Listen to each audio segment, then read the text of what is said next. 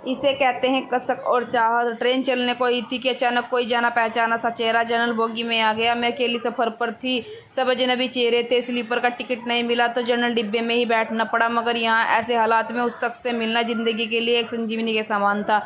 ज़िंदगी भी कमबख्त कभी कभी अजीब से मोड़ पर ले आती है, ऐसी हालात से सामना करवा देती है जिसकी कल्पना तो क्या कभी ख्याल भी नहीं कर सकते। वो आया और मेरे पास ही खाली जगह पर बैठ गया, ना मेरी तरफ देखा, ना पहचानने की कोशिश की। कुछ इंच की दूरी बनाकर चुपचाप पास आकर बैठ गया। बाहर सावन की रिमझिम लगी थी, इस कारण वो कुछ भीग गया था।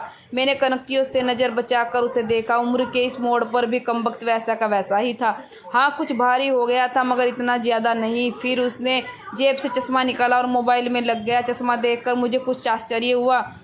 उम्र का यही एक निशान उस पर नज़र आया था कि आंखों पर चश्मा चढ़ गया था, चेहरे पर और सर पे। मैंने सफ़ेद बाल खोजने की कोशिश की मगर मुझे नहीं दिखे। मैंने जल्दी से सर पर साड़ी का पल्लू डाल लिया।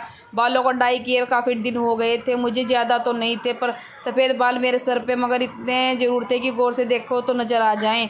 मैं उठकर बाथरूम गई, हैंड बैग से फेस वॉश निकाला, चेहरे को ढंग से धोया, फिर शीशे में चेहरे को गौर से देखा।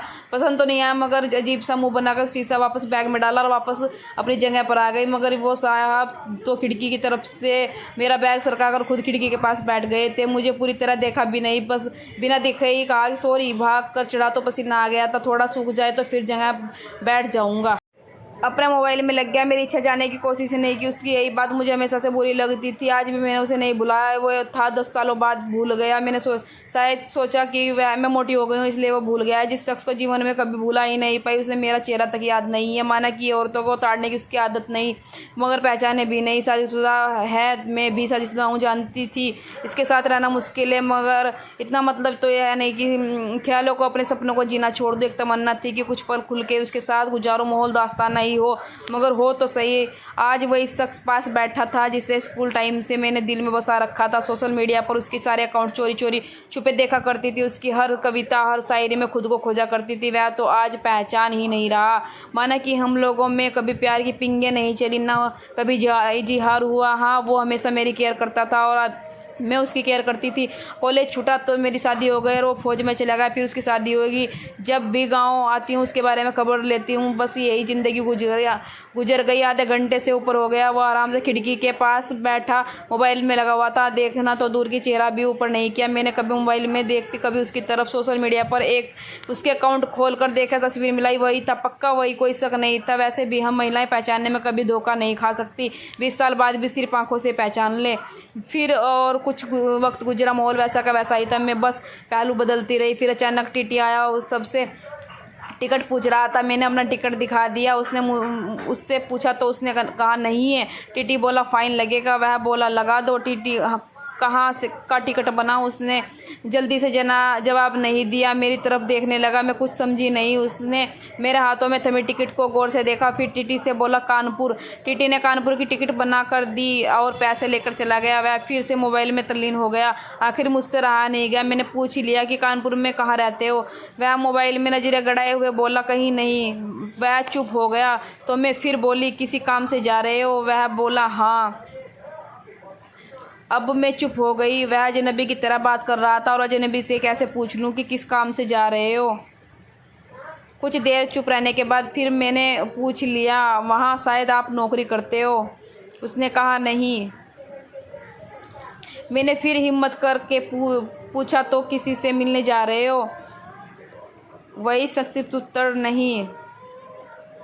आखिरी जवाब सुनकर मेरी हिम्मत नहीं हुई कि और कुछ भी पूछूं। अजीब आदमी था, बिना काम सफ़र कर रहा था। मैं मुंह फेर कर अपने मोबाइल में लग गई।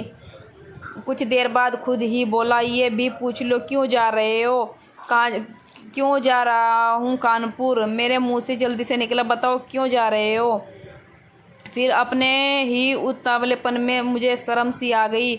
उसने थोड़ा सा मुस्कुराते हुए कहा एक पुरानी दोस्त मिल गई जो आज अकेले सफ़र पर जा रही थी। फौजी आदमी हूँ, सुरक्षा करना मेरा कर्तव्य है।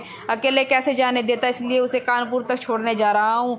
इतना सुनकर मेरा दिल जोर जोर से धड़का। नॉर्मल नहीं रह सकी मैं, मगर मन के भाव को दबाने का असफल प्रयत्न करते हुए मैंने हिम्मत कर के फिर पूछा वहाँ है वो दोस्त?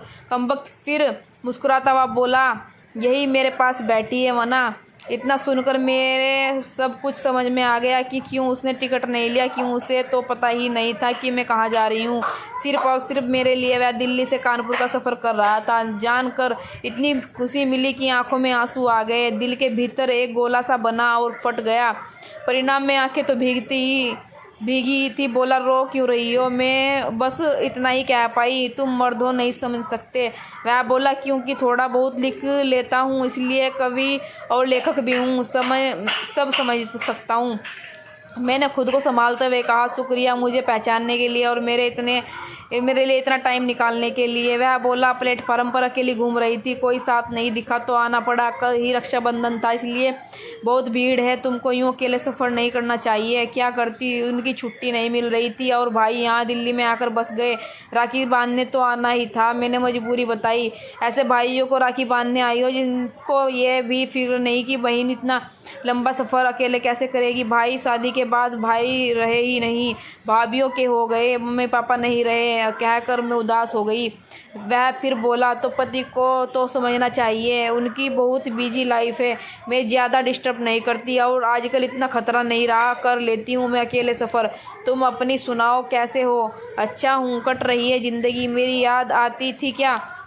मैंने हिम्मत करके पूछा। वो चुप हो गया, कुछ नहीं बोला। तो फिर बोली, सॉरी, यूं ही पूछ लिया, अब तो परिपक्व हो गए हो, कर सकते हैं ऐसी बात। उसने शर्ट की बाजू की बटन खोलकर हाथ से पहना वो तांबे का कड़ा दिखाया जो मैंने ही फ्रेंडशिप डे पर उसे दिया था। बोला, याद तो नहीं आती पर कमबख्त ये तेरी याद दिला देता है था। कड़ा देखकर दिल को बहुत सुकून मिला। मैं बोली, कभी संपर्क क्यों नहीं किया? वह बोला, डिस्टर्ब नहीं करना चाहता था, तुम्हारी अपनी ज़िंदगी और मेरी अपनी ज़िंदगी है। मैंने डरते डरते पूछा, तुम्हें छू लूँ? वह बोला, पाप नहीं लगेगा? मैं बोली, नहीं, छूने से नहीं लगता। और फिर मैं कानपुर तक उसका हाथ पकड़कर बैठी रही।